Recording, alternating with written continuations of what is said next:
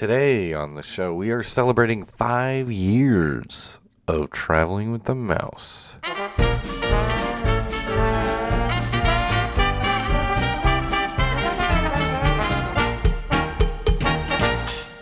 Welcome, everyone, to episode number 368 of Traveling with the Mouse. My name is Adam, and I am joined today, of course, by the OG himself, John.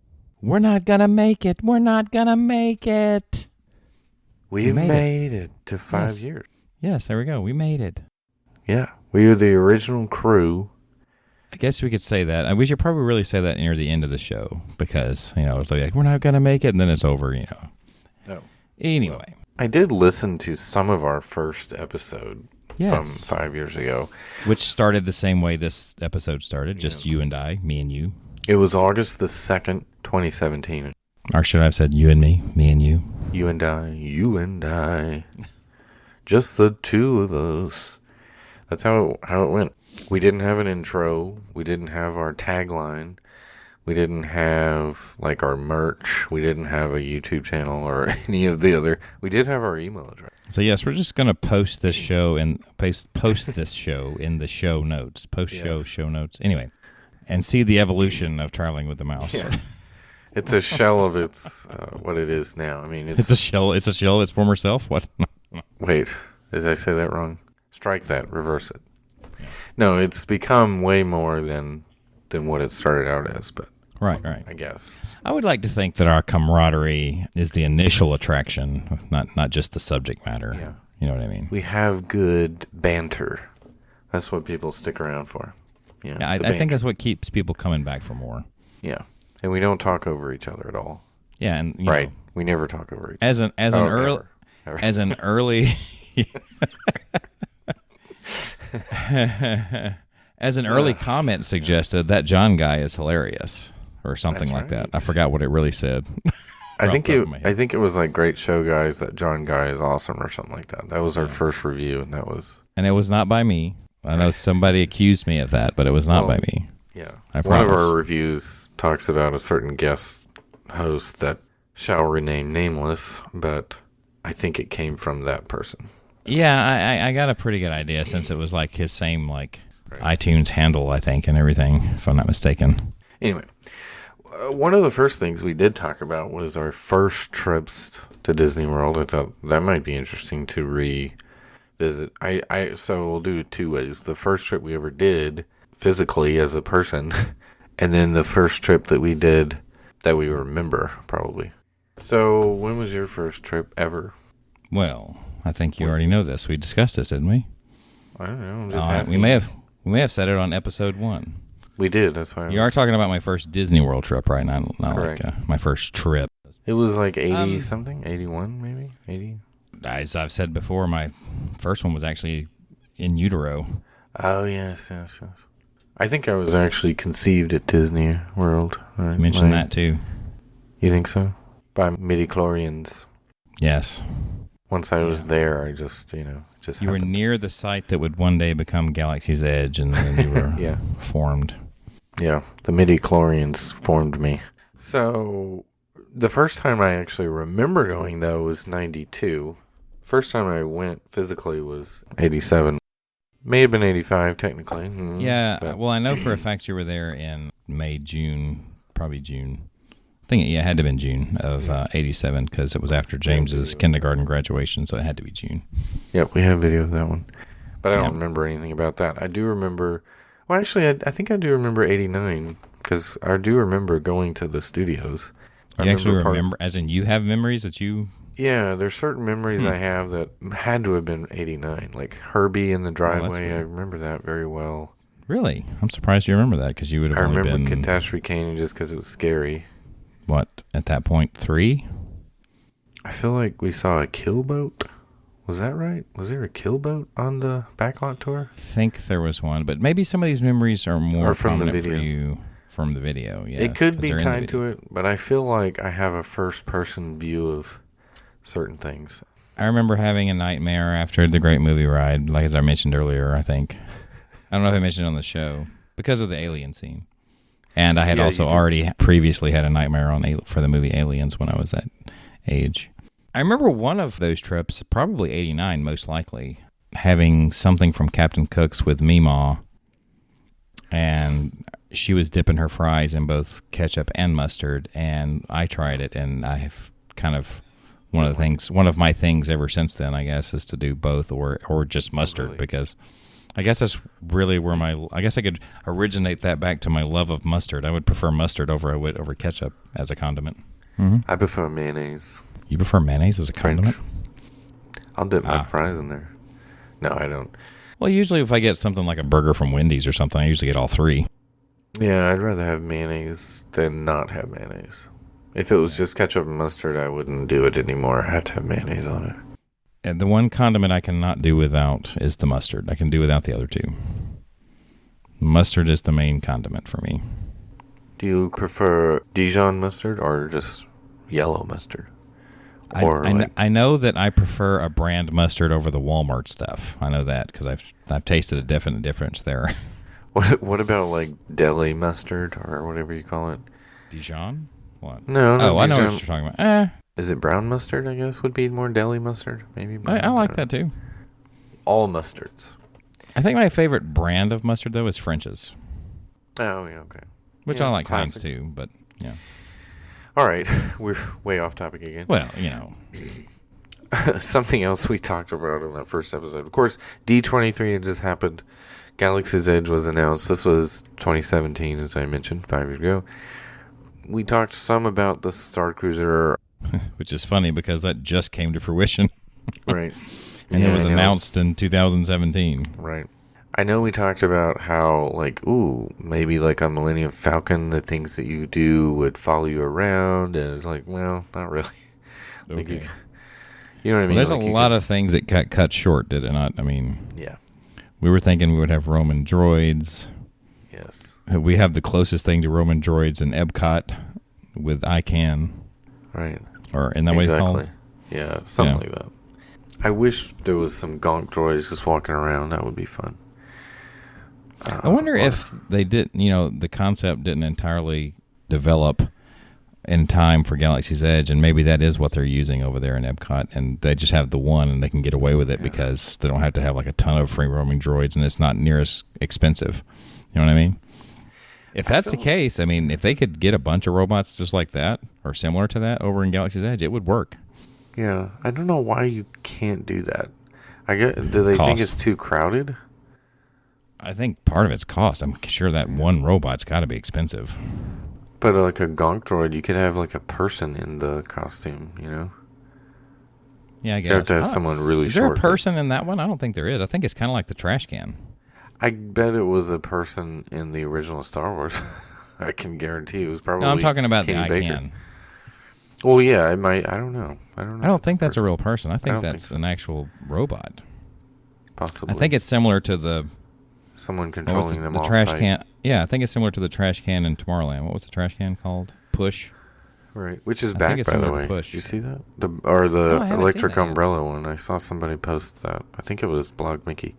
But Oh, yeah, yeah, it was so popular back in the day. It would be fitting. it's back at Epcot, but I forgot where they put it. It's not. Why is it in, at Epcot? It was originally in Tomorrowland. Well, I'm talking. Well, there was one most recently at Electric Umbrella till it closed. That's where there was a talking trash can. But now it's back somewhere at Epcot, but I don't think it's at Connections. I could be wrong. I never saw Anyway. this. I never saw an electric umbrella, though. That would have been fitting. Would have been.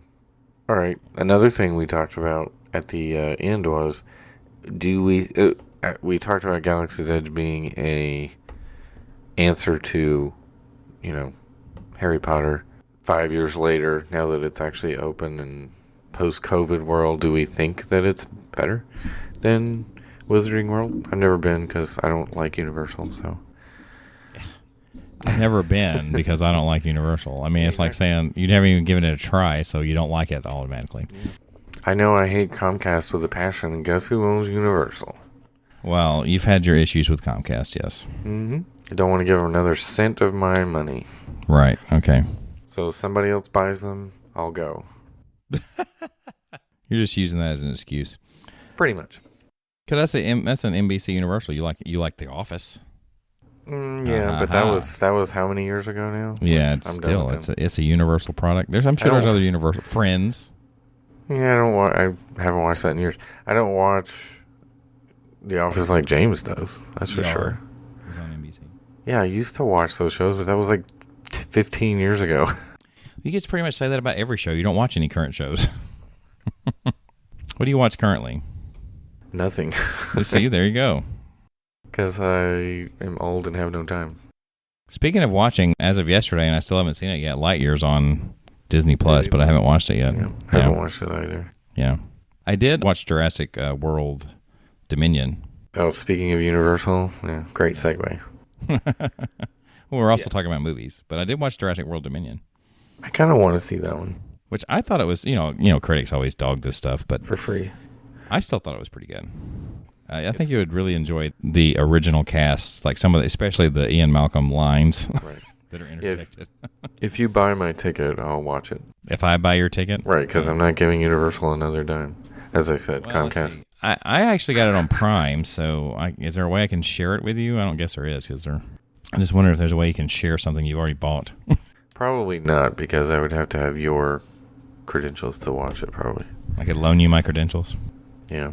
Not like everybody doesn't already do that in some way. Right. People are all using the same Prime.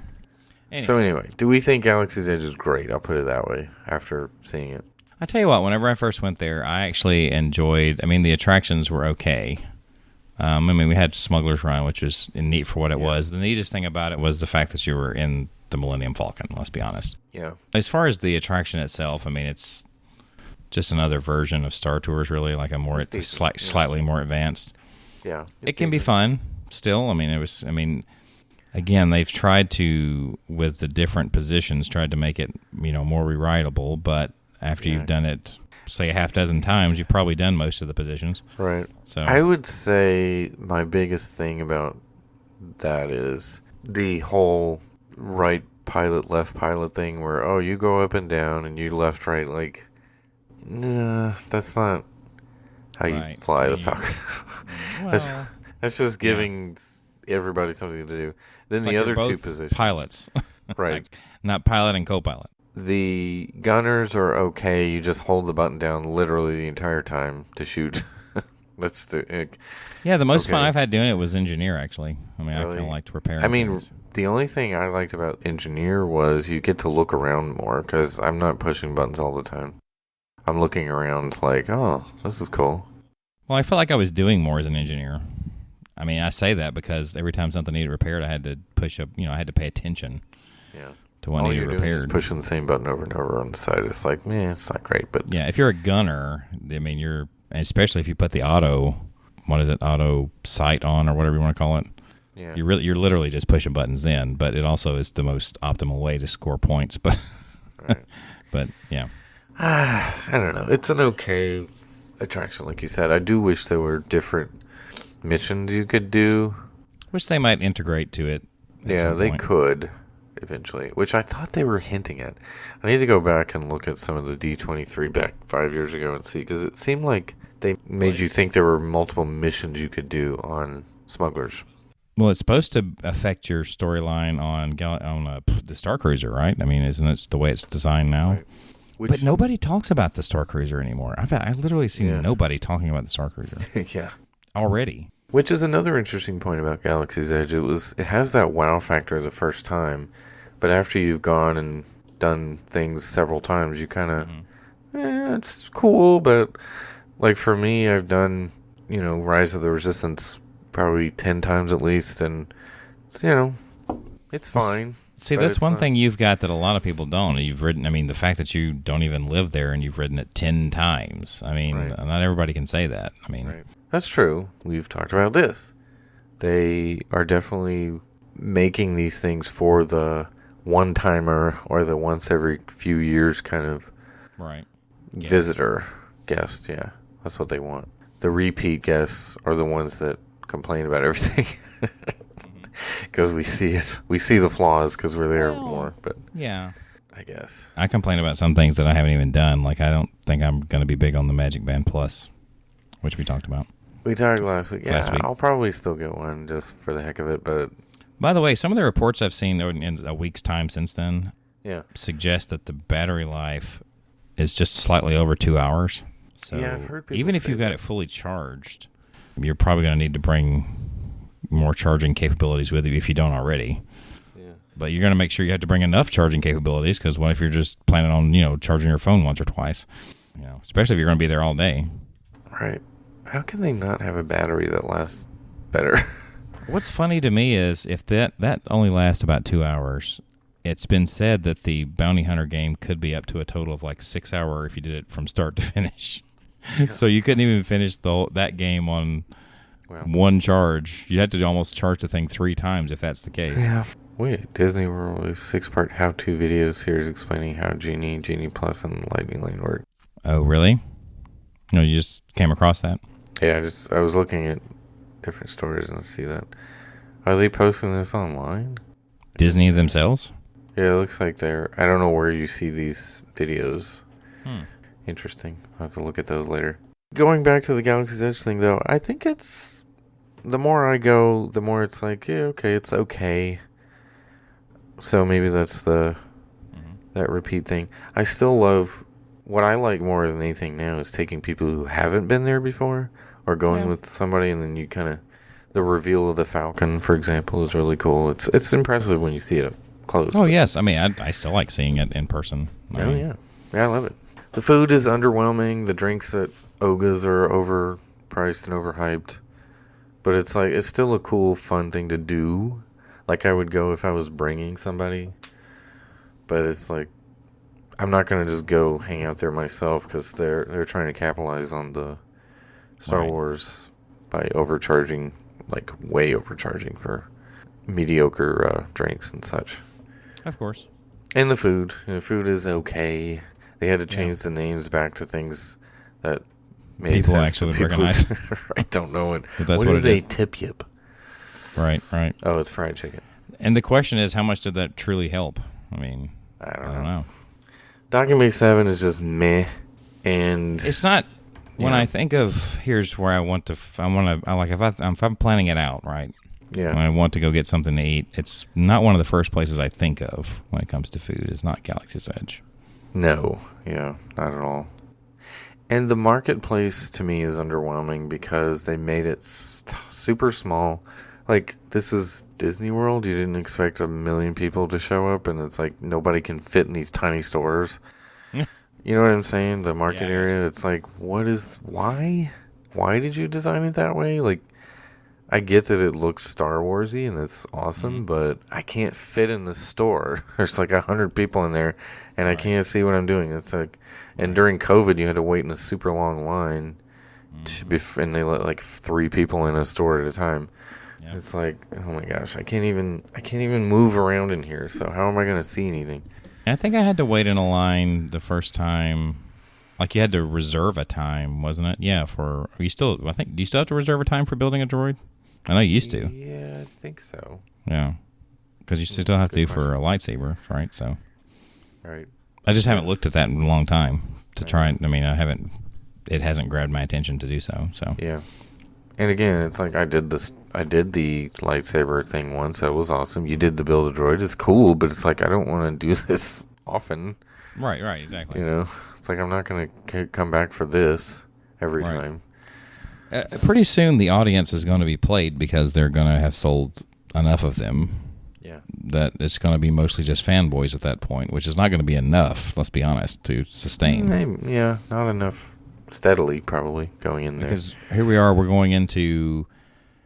Next month will be the 3 years since it opened, and some of that was interrupted by COVID. So there's still a lot of people that haven't been able to do what they want to do. A lot are probably coming this year because of the 50th. What's going to happen after that? Who knows? Exactly. Speaking of, that's a good segue into talking a little bit about D23 this year. It is probably the least talked about D23 I've heard of, because nobody has any idea of what they're going to talk about in the parks. Right. There's not a whole lot of buzz surrounding it just because it's not really known what can they possibly tell us. What are they possibly going to announce? Right. They haven't even finished the stuff they announced the previous times, right? So, Yeah. Right. We're still kind of on the, what is it, 2019 was the last one? When was it Was they it? announced? It was Or was when it was 20? it they announced? Anyway. It might have been, but when was it they announced the cruise ships? One of those has come to fruition, just barely. I think it was the 2017 one, right? See? Yeah. And at that time, they named 2, and they were like, oh, no, we're going to give 3. Right. Not just 2, we're going to go with 3. Right. And now the next one is still on schedule to be in 2024, I do believe. Yeah. After that, who knows? Right. We'll find out. But one of the things I feel certain we'll get out of this, I mean, again, this is, I don't know, but I'm hoping we'll get, is the opening date for Tron and the railroad, maybe. I don't know if they'll mention that, but Tron for sure. Don't you think we'll get an opening date? If Tron's going to have the capability of being open, then the railroad will already be open. Yes. I mean, but would they announce that at D23? Like, the railroad. I know everyone's here to hear about when is the railroad It'll probably be kind of like a side note. It's like when Tron opens, it's like the railroad will be open, before it. Yeah. You know what I'm saying? It'd probably be a side note, but it would be mentioned because it's been affected by it, I feel like. So it's kind of sad if the railroad is not open at all for the 50th. Yeah, really. Right. But I feel like that, I mean, opening date makes sense. What is D23 is a month from now, I think. There's still some people that think there's a possibility Tron might make it before the end of the year. It's questionable. I've heard, it's still possible. I think if it is at this point, it would be very late in the year. I forgot my original prediction. August, I think I said sometime in the fall, but I honestly, I think I'm going to push it to like just before Christmas. Like maybe they're hoping to use it for the Christmas crowd. So let's say like December 1st. Yeah. Well, the last time we did a prediction on this, I think we all said next year. I think we said next spring. Well, I know James did. He said like next summer or something like that. I said don't Memorial think it's that Day. far away. Yeah, maybe. I don't They know. usually try to have an attraction before spring break or something like that, the way it's been working lately. And I two, don't know. maybe they're lagging some of these things to try and, in a way, be similar to, say, Universal had promised one a year and they've delivered for however many years it's been now. But that was their plan from the get-go. I don't think that was Disney's plan from the get-go, unless they were just trying to match, and it didn't work out. They were trying to get way too much accomplished before the 50th in such a short window, I think. Yeah. I feel like that will be the big announcement. One of the big announcements will be Tron opening date. I think they'll talk about Polynesian Tower, DVC Tower. Right. They'll probably give a timeline for that. And maybe some more concept art.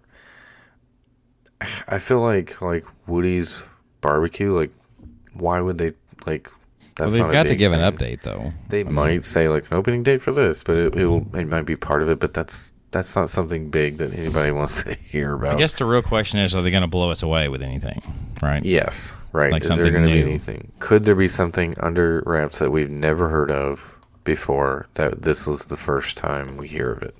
It sounds to me like all we're going to get is updates on everything we already know about. Yeah. I mean, Including, like what I just said, the status of the second of the 3 cruise ships that we're doing. that will be, I'm sure that will be part of it as well. Mm-hmm. Disneyland, I assume over in Paris, they're doing expansions. Shanghai is doing stuff.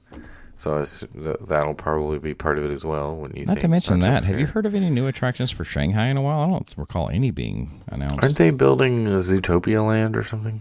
Is that Shanghai? Okay, yeah, that's right. Zootopia. I think that is that Shanghai?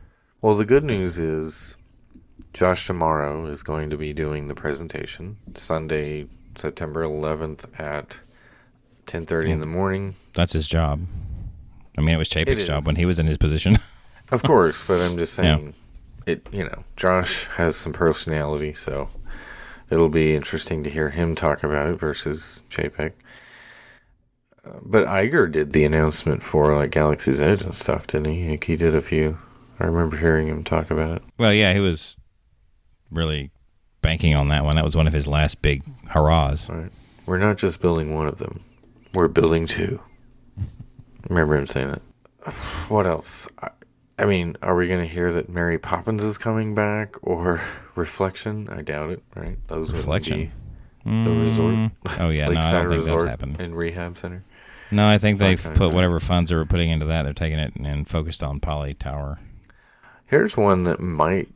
What about the giant hole in Dinoland? Are they going to announce something about that? Like, well, that's a good point. Something? You know, I wish I had it pulled together. There was something I came across, and I can't remember what it was, about a project for that land that was originally supposed to happen. I think I mentioned this on another show that way, too, and I still haven't looked it up. Probably. About what the original plan was for that area before they decided to make it, the dinosaur. You mean the Dinorama area or whatever? Yes, before they made it that. Before they just, did the cheap option. Pretty much. Cheap, off-the-shelf, tacky option. Yes. Yeah. Before they went that route. Cool. Yeah, not cool. Yeah. Again, I know one of the rumors is Indiana Jones Land. But I think people make that rumor because Dinosaur could easily be just well, not easily, but it could be rethemed to the Indy ride in California. The only reason people make that comparison is because they know the track is the same, which is not a good reason to do it. No, but they could, if they had to, they could retheme it, and then. That would have been saying like, oh, well, you know what? That's a good reason to make Toad poo. But fortunately, they already have poo. They just put it where the Country Bears used to be. Right. If they did make it Indyland, the Boneyard could be like where Indy goes and finds Tanis, or where the Ark is. So you could like have the mat room that you could do. So if the kids actually find the Ark, do their faces melt when they try to open it? If they open it, yeah. First, you got to get through the snakes, but asps. We can incorporate real asps. Yeah, like if you actually find it in the land and you excavate it and you open it, you have to go down into the snake pit. Well, it is Animal Kingdom. They should be real asps. Yeah. You could have lots of them. Very dangerous. You go first. And then you go down in there and it's actually just a snake museum, like a snake exhibit. That's what you do. I see. But you have to rappel down there to get to it. That doesn't sound like the current guest. Idea of fun. Yeah. As soon as you get to the bottom, there's a cobra. Behind glass that you can actually see if you really look close. In the movie. Until the newest version where they airbrushed it out. But oh, yeah. The original VHS and or DVD versions, you could see it. I will say this, though. The way they did it, it's not something you think about or really notice unless you're looking for it. So they did do it well, even originally. Yeah, in the original, the reflection was very faint, but that was back when we looked for movie faults on IMDb all the time. Right. Things that were in the shot that weren't supposed to be that nobody really noticed or was not that noticeable. Camera crew was in the shot for a half second, but yeah, you would never know until you got a DVD player and you could pause it. Yeah. VHS, when you pause it, it would like look all blurry and crazy, right? Right. Couldn't pause it. Anyway, this is going off the rails again. Off the rails. Just like the Walt Disney World Railroad. Yeah. Currently off the rails. Actually, it's on the track, isn't it? Just in a different spot. Isn't it sitting in Toontown now?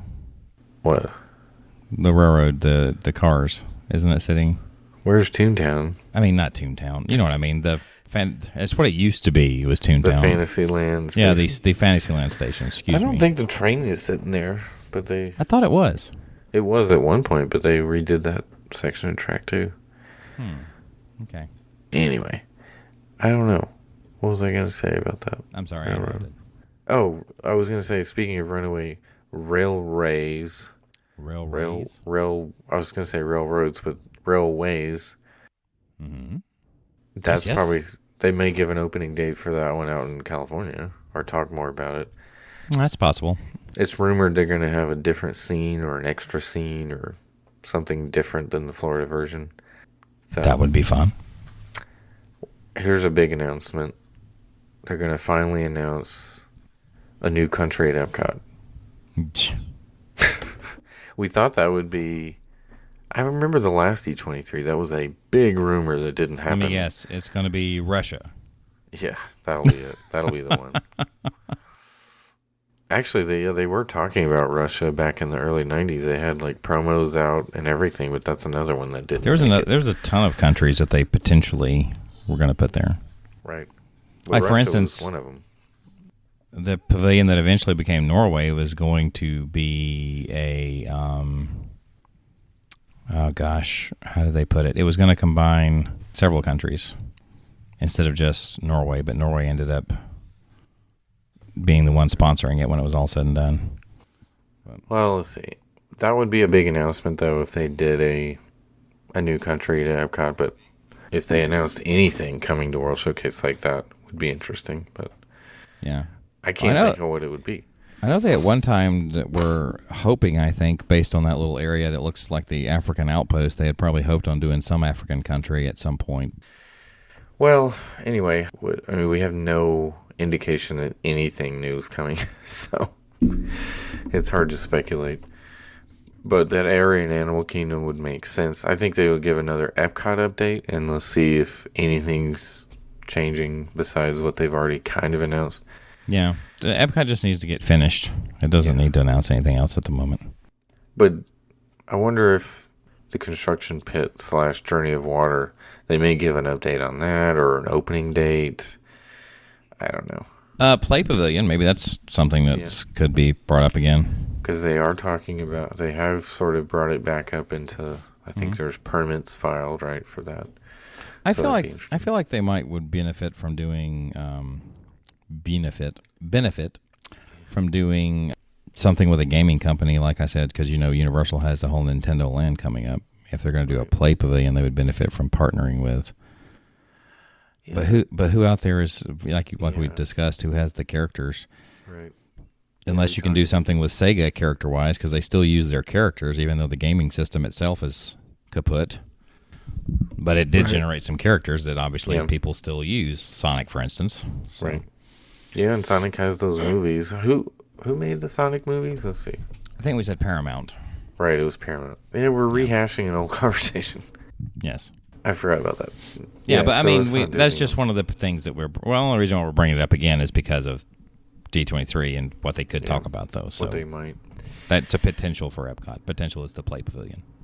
Right. That would actually make sense because we haven't heard anything from that in forever, and we assumed it was canceled, but then it's like, no, it's still happening. The Spaceship Earth overhaul, maybe. I mean, we know that's been put on hold. It didn't say it was canceled, right? Right. They specifically said this one is not canceled. It's on hold. Mm-hmm. Which was a smart thing to do because they were getting ready to close Spaceship Earth, I think. And that would have been a disaster. But whereas Mary Poppins, for example, they just don't talk about it anymore. It's just been cut. I think the time frame to get that accomplished has now passed because... But I mean, it still could. I don't know what the concept would be unless they're going to do are they going to truly do a dark ride of Mary Poppins? Maybe. Mm-mm. A lot of people at the end of it thought they cut it down to just a spinner. That's pointless. That shouldn't even. Don't. If you're going to do that, don't even bother. That's the way I see it. So who knows? We don't know. That won't even eat people. It'll just take up space. Right. They always talked about the Coco overlay, but again, these are like announcements that I would not be excited about. They need something big, right? Don't you think? I don't know. If they do a Coco overlay, that means Grand Fiesta Tour goes away. That's what I was thinking. Right. Or Encanto is also because Lin-Manuel Miranda's talked about wanting a bride based on the movie, and he pitched it to Disney too, right? Didn't he pitch a concept for it? He did. So I remember them talking about that. Maybe they'll announce something like that, but again, that seems too early to me to make. It's also, as we've mentioned on one of our previous shows, been rumored that the Swiss Family Treehouse, or not Swiss Family Treehouse, but the Tarzan Treehouse in Disneyland, is that what it's being rethemed to? Is something Encanto related? Right, that was a rumor. Yeah, from a while back because look like they are doing something to it. Mm-hmm. I mean, it definitely doesn't need to be Tarzan anymore. That's been way overdue. I mean, that was not exactly a huge hit. I mean, was it? I mean, maybe I'm missing something. I mean, I think the music one Didn't it win an Academy Award for like Yeah, it was Phil soundtrack? Collins, I mean. Phil Collins. Phil Collins. Phil Collins. But it was kind of at the end of the Renaissance era, or maybe even post-Renaissance era film, really, wasn't it? I forgot what the year was. It was around 97, 98. I think it was wasn't it? 2000 or Maybe it was 99. 99. Yeah, maybe it was 99. Yeah. Okay, 99. IMDb It was late says 90s. 99. It was right after the disappointments that were... Let's see, what did they... But pretty much anything after Lion King started becoming a disappointment. Started to. I'd say Mulan, though, was right before this one, wasn't it? And Mulan was great. Yeah. Again, it was partially because of its music. It had a song that was popular because the singer at the time was popular. Or was... Actually, that was before she became popular. Yeah. Now I think about it, because Mulan was 98. And then what ended up being... Didn't 2000 end up being like Treasure Planet or something like that? Was there Atlantis? Atlantis, yeah. Maybe. Which is a much... No, it might have been 01, but it was a much better film than it originally got. I mean, it didn't do well at the box office, let's put it that way. So if you look on Wikipedia, the timeline for Disney Renaissance starts with Little Mermaid, of course, in 89, ends with Tarzan, 99. It was 99, okay. So that's which were the ones in between? I know Pocahontas was disappointing compared to Lion King, and then there was another one. What was 96's film? Hunchback. Yes, that was disappointing in comparison too. Yeah. And see, they thought the reason was because they were taking more serious turns with the stories, and so they went lighthearted with Hercules, and it still didn't take off. Even though I really enjoy Hercules. Yeah, Hercules is pretty good. Mulan, of course, is better. I'd say, of course, the top of the top is Lion King, Beauty and the Beast, followed by Aladdin, then Mulan. Actually, no, Aladdin. Or Mermaid, yeah. Prior to Lion King, Aladdin was the Lion King was just the next year, but prior to then, Aladdin was actually the highest grossing Walt Disney animated film. Really? Yes. It was. And then, of course, Lion King took that over. Right. Oh, well, yeah, that makes sense. That's what I'm saying. It was like, it was on top for 1 year. Yes. Pretty much. Very short period of time, because I'm looking, speaking of box office, worldwide box office, Lion King is almost $1 billion. Still, like to this Aladdin was 500 million. But it was ahead of Beauty and the Beast, was it not? Yeah, Beauty and the Beast was 443. See? Yeah, see? But Beauty and the Beast was nominated for Best Picture, which was unheard of back then, to have an animated film be Best Picture. Which didn't win, but... Who knows how the Academy picks what they pick. I mean, they very rarely are in tune with what I like, so that's for sure. So, anyway, I don't know why we got off on that, but that's cool. That was a cool sidebar. But that's what they consider the Renaissance, Mermaid to Tarzan. Yeah, has anything exceeded Lion King's overall total? Frozen, I think. Frozen. Mostly because of inflation. Maybe, potentially, but I think Frozen made like a ton of money. I'm sure it did. It was like the comeback movie, I guess, for Walt Disney Pictures. Yeah. At that point in time. Anywho, I think one that was a better film than the box office gave it was Princess and the Frog. Yes, definitely a better one. Yeah. Well, let's look through some of these. Rapunzel. Rapunzel had to have done well, right? Yeah, the slump is considered 99 to 2005. The rebound, 2005 2010. And then continued resurgence. 2005 is when the rebound was started? What the heck came out in 2005 that was so good? Nothing I remember. Chicken Little was a hit, I think. That wasn't a hit. For Disney at that time, it was a hit. All right, then. How come we don't see Chicken Little everywhere? You don't. That's a good point. Why don't we see more Zootopia, especially as much money as it made, even though I know most of it was out of this country, but still. I think they label it as such because that's when they bought Pixar. That's when Lasseter came in and started to turn things around. Probably is why they mentioned that. That was the time period. It sure did take him a while to do a Walt Disney Pictures film. Right. Because Princess and the Frog was his first, was it not? I think that was the first one that because all the others were probably already in the works. Yeah, possibly. Lilo and Stitch was No, that wasn't. That was in the slump era. If I'm not mistaken, another unique thing about Princess and the Frog is it uses hand-drawn animation. Yeah, I think that's the last one that ever used hand-drawn. Which is cool. Yeah. Rapunzel. That might be another reason why it took so long. Yeah, Frozen was the first Disney animated film to hit $1 billion. Oh, wow. Okay. Lion King was closest, but anyway. Well, all right then. The Resurgence era, yeah, a lot of really good ones like Moana, Big Hero 6, which I loved. That one. Zootopia is also a big one. Ralph Breaks the Internet. Or Ralph, the original one. Wreck-It Ralph, but the second one too. Oh, they're both good, yeah. Frozen, of course. Those were all Walt Disney Picture ones. So we're not counting the Pixar ones because just... Yeah, I'm just counting Walt Disney. Anyway. Which Pixar had a few good ones in there too. I don't know. I still feel like Pixar's past its prime, but we'll see. Yeah, Pixar has slipped. Again, I was like, could it be because of Lasseter? I mean, you tell. I'm just like I've said before. Yeah. You don't overcome losing someone who started something. Pretty much. I mean, think how long it took them to overcome the loss of Walt Disney. Technically, the loss of Roy, because Roy continued the vision.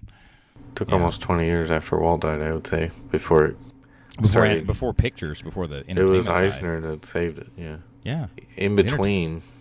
The entertainment side was lackluster. It had a couple of hits here and there. Yeah. But overall, it was pretty lackluster. Yeah. Nothing great.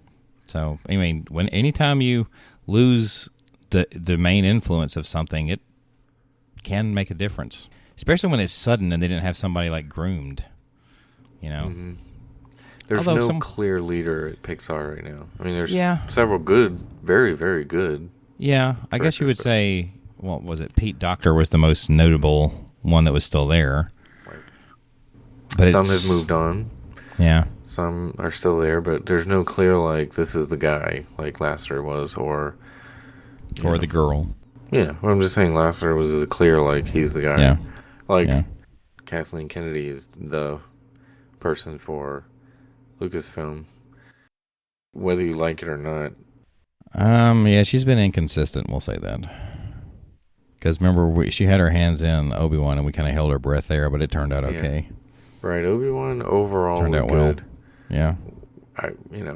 Could have been better, but overall it was actually really good. So they just need to get back to, I mean, gosh, they try way too hard with the movies. They just need to relax and do what they've done with Mandalorian and Obi-Wan. You know what I mean? They just really try too hard with the movies. And it needs to have consistent writers. That's the biggest thing that helped with those series versus the films. Well, what we've learned is they need Favreau and Filoni, Dave Filoni. There you go. To do a movie, I think. And then I'm sure a day will come. There will come when I was like, Favreau, he's using the same old Clint Eastwood stuff every time. That's what was eventually say that. Right. There are some obvious comparisons to Westerns in Mandalorian in particular, but it's like... But it works. That's the thing. Most of the time. Sometimes there's some that are like, okay, this is not the Wild West, guys. This is Star Wars, but... It did become the Wild West. It's a little too far. The Empire is gone. There's no real... it's chaos. But it's a little too, like, exact copy of Western, old Westerns. Speaking of, have you watched any of the one about ILM, that documentary? That's one thing I've watched. I've watched, like, 4 episodes of that. Have you? It's pretty good. Is it? I have not. About the only thing I've watched on TV lately is I'm really interested in the wrapping up of Better Call Saul. Yes. I haven't done that yet. But it just talks about the formation of ILM and how it started and then how it sort of evolved and a lot of interesting people have worked there and over the years. I'm into like the late 80s, not quite to Jurassic Park yet, or Terminator 2. Those were kind of the big ones that really put the CGI stuff on the map. But yeah, Terminator 2 is definitely a landmark one. Yeah. But so far it's actually pretty interesting. I think it could have been done somewhat better, but it's overall pretty cool. Some different things. I've watched that one, The Making of the Star Wars films. and they talk a lot about the special effects. Which at the time, we didn't really focus too much on how good the special effects were, even though for the time period, they were actually quite good, if you think about it. Here, was it you that was saying Raiders, for example, didn't hold up? Raiders? Was it you? Who was saying that? Like the ending of Raiders? Were we talking about that? There was a part of it. I think, what was it? The melting faces. Yeah, the melting faces didn't really, I mean, that's obviously claymation type stuff. But I mean, it's one of those things that you just accept it, right? Yeah. With it. Like the films that really stand out now to me, if you go back and watch something that you haven't seen for a long time, like a slasher film like Nightmare on Elm Street, that stuff is like pretty bad compared to what they can do now. I was talking about this the other day too. The original Terminator, the stop motion at the end was so obviously it was just so badly done. It was terrible 30 years ago. Yeah, I mean, whenever Terminator 2 came out and you're watching the original, you're like, eh. Yeah. But again, the original movie gets a lot of credit for its story. Right, groundbreaking story or original story or whatever. Yeah. Yeah, anyway. So here's a question. What do you want Disney World to look like in 5 years or whatever? When the next 5 years we talk about. So what did it look like 5 years ago? Yeah, no Galaxy's Edge. Great movie ride had just closed, maybe it was about to close when we started the podcast. Yeah, it might have been. Let me look that up. Because we did a story or a show on that, too. I'll have to find that one. It was an early on show. I know that. I think that might have been the second episode. Let me look. Might have been. It was early. It was in the first 5 episodes. I know that much. Hollywood Studios was in disarray 5 years ago, pretty much. Yeah, they had like 3 rides when they started closing crap. I think it was 4 rides. It had 4 rides for a while. By the way, episode 4 was Great Movie Ride. Okay, so there you go. And within the first 5 episodes, like I said. Yeah. Gosh, it went from being a mess, like construction-wise, to a mess people-wise and wait time-wise. So it just changed the mess, pretty much, did the studios. So speaking of, we're coming up on the 5-year anniversary of Great Movie Ride being closed because August 13th, 2017 was when it closed. And it opened 33 years ago then. Yeah. Already. May 1st, yeah, of course. Mm-hmm. One of the 2 opening day attractions. Mm-hmm. I still love this ride a lot. A lot of fun memories, even when it closed. I think the last time I rode Great Movie Ride, it was probably the same year, but it may have been very early on. I don't remember. I think the last time I ended up riding it was in 15, I think. May have been the year prior. I don't know. Could have been the year prior. I know I did it in 15. I don't think I did it in 16. I could be wrong. I may have done it in 16 too. But I know I didn't do it in 17. Yeah, August 13th. Because 17 I didn't go until December, and I went on a land and sea type deal in 17. Whereas in 16 I stayed at Poly. Yeah. Oh, that's right. That may have been the time I rode it last.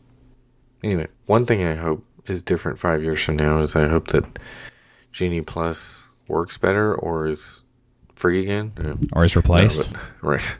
No, but hopefully it works better than it does today, although it's starting to get better. They just need modify, as I've said. Well, we had some good news on that, and that they're going to continue with the just one lightning lane. Right. Individual lightning lane. Yeah. Good change. Yep.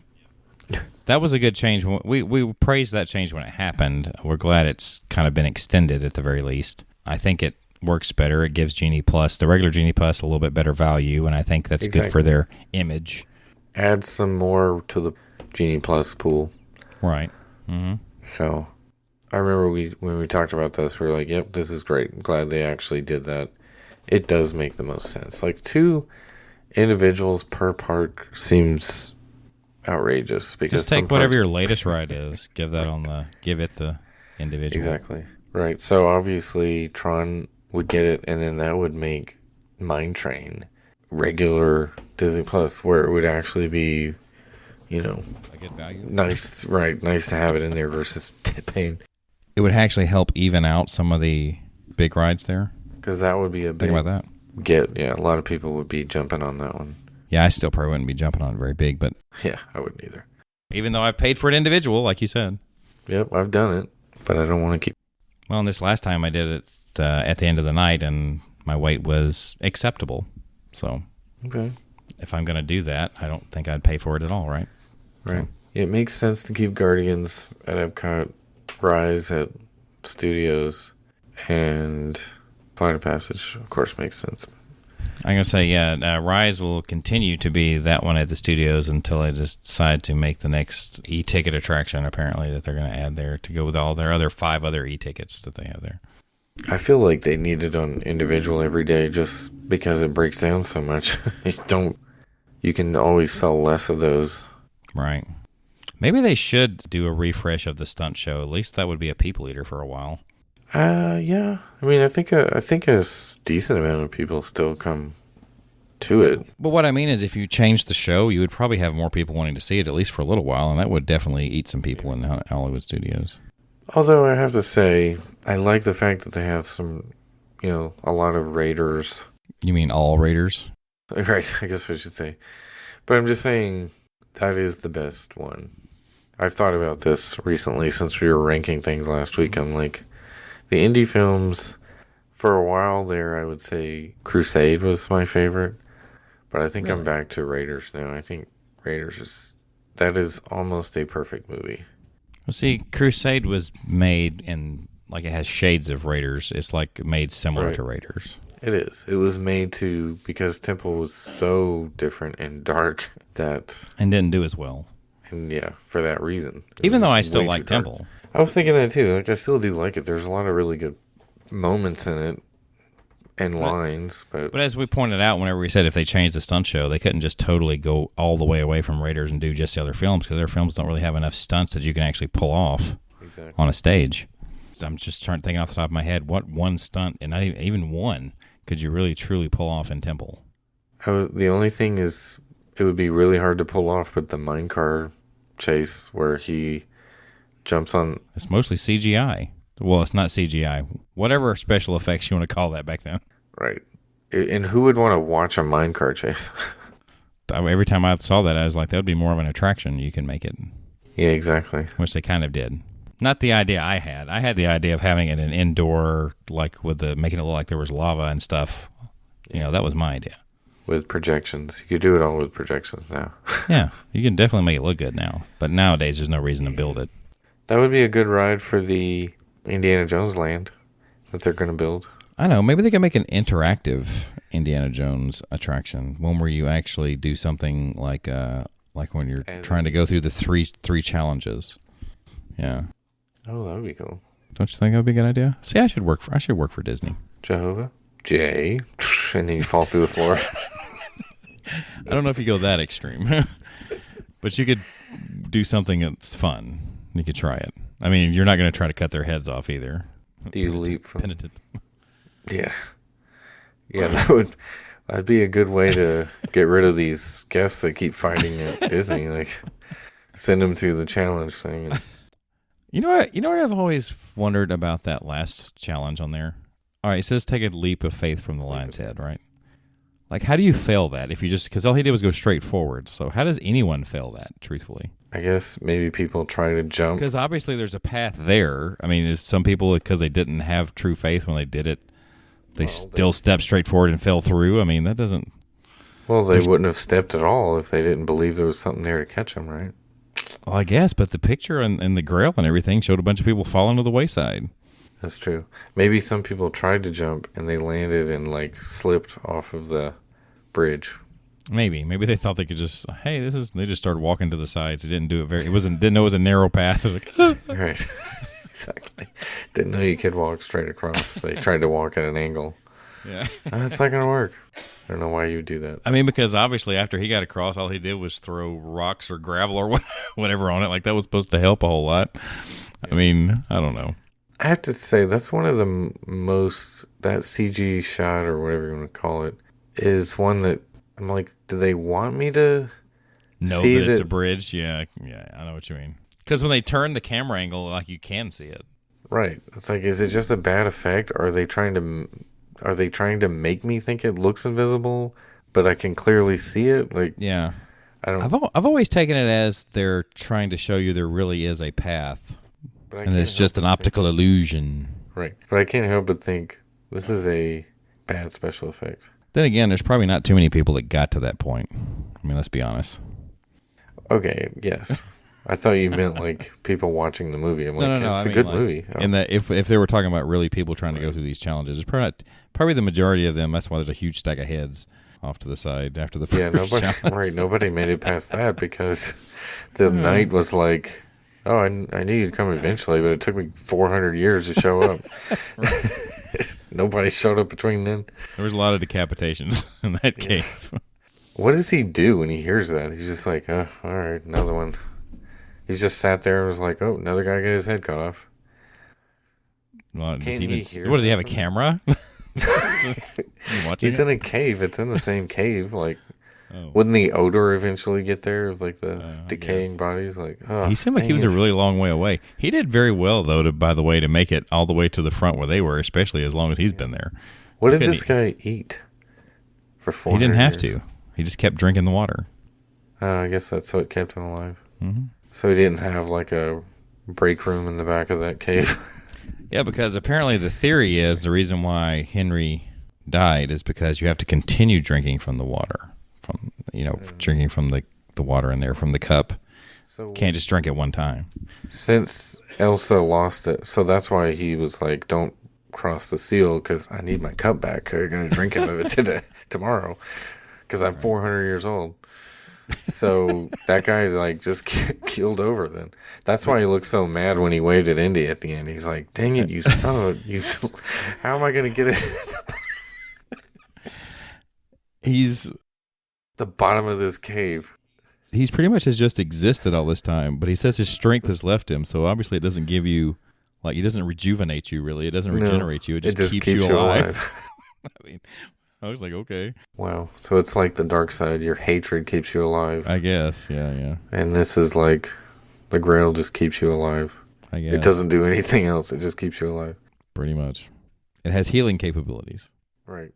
Oh, wait a minute. See, that doesn't make any sense, right? It helped heal Henry, but why wouldn't it regenerate his strength? Why wouldn't it rejuvenate him? Maybe because you can't drink water directly into your muscles? I don't know. Drink it into your muscles. What? To strengthen them. Maybe he would have to pour them. Like he could pour it on his skin, and it would keep his skin from decaying. But I just thought of this, and this is not really a good transition at all. But something we need to mention before we wrap up here is that Pat Carroll passed away, which most would know as the voice of Ursula. Yes. Or you may not know that was the voice of Ursula, but that was the voice of Ursula, and she passed away. You know, there was a time period there when I thought she passed away a while back, and then I get, oh, she's alive. And then now I really did learn of her passing. Right, that was this past week, yeah. Yep. Another Disney legend. And of course, all the mainstream headlines were like, Disney's, Little Mermaid star dies, Oh, yeah. You're like, wait, what, is Jodie Benson okay? What happened to Jodie? Yeah. Right. Yeah, and she's actually still voiced Ursula in a lot of stuff right on up until the end. Anytime they used her, pretty much, it was her voice. That's what you like about people who do the actual voice.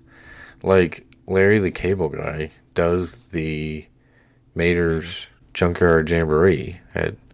He sings the songs. Like he literally does the entire attraction. And that's rare for the voice actor to actually do all of the attraction. Like, there's a lot of dialogue for that. Well, don't both he and Owen Wilson do Radiator Springs? Actually, I think all the voice actors do Radiator Springs Racers. I'd have to listen again to see. I don't remember it being Owen Wilson, but it could have been.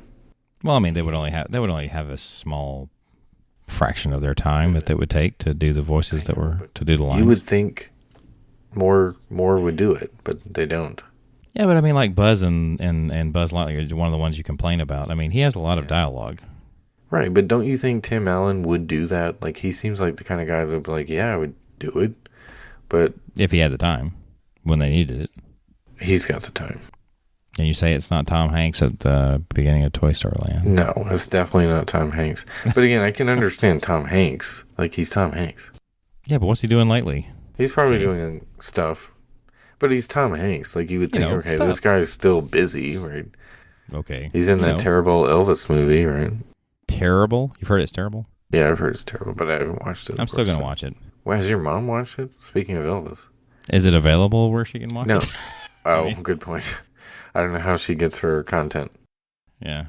She watches it over here, or that's what I'm saying. She uses YouTube and stuff like that nowadays. Well, yeah, she watches Josh and Jenna. The stuff she's talked about watching television-wise lately is whatever's on Pluto TV, actually, because there's apparently some old cartoons stuff on there. That's what. Yeah. Is it on cable or is it a? No, it's streaming. It's a streaming. One of those free streaming ones. Oh, I see. Yeah, they have some free streaming services that actually occasionally have some decent stuff for nothing really all that new. Is it on Roku? You can find it on Roku. Yeah. Oh, okay. Maybe I'll look it up. All right. This was the all over the place episode, but I think it worked out. We'll see. Yeah, I mean, it's find out in editing. It's 5 years. 5 years from now, I think I was post. Oh. Exactly. 5 years from now, are we still going to be doing this? Traveling. Good question. Are we still going to be doing Traveling with the Mouse? It's going to be the number one podcast in 5 years. Mark my words. If we just stick to our guns and we, hold out, we might actually be a big shot one day. We'll outlast all these others. Yes. It's going to outlast, and it's going to outwit, and it's going to outplay all the other podcasts. Well, Survivor's still around, even though I haven't. It will survive. And podcasting, we'll see in 5 years. Podcasts have become they've had a resurgence, I guess. When they first came out, they were big, and now in the last however many years, they've become a big deal again. Do we have anything else we should do before we wrap this up? No. Other than hope to see you in another 5 years? Yes. See you in 5 years. That's what I'll say. I'll see you in 5 more years. We'll see you on your trip in 5 years. All right. You can find us on the interweb, travelingwiththemouse.com. And our email address is podcast@travelingwiththemouse.com. If you want help, our travel agent friend is Jill Dilbeck, and her email address is jilldilbeck@gmail.com. You can also find us on Facebook, Twitter, and Instagram. That is all at TWTM Podcast. We have a Spreadshirt store in which you can get your exclusive TWTM merchandise. That is shop.spreadshirt.com/TWTM Podcast. And there is also a YouTube channel out there. You're just going to look for or search for TWTM Podcast, and you should find us. Or the links on the website on the desktop version. That too. Amen. It's only on the desktop version? No, it's on the mobile version too, but you got to see it. Anyway, so for John, my name is Adam. We will see you on your next trip in 5 years. Is that how it goes? If you go in the next 5 years? Yeah. For some people, it might be once every 5 years that they go. Could be. See you in 5. Mm-hmm.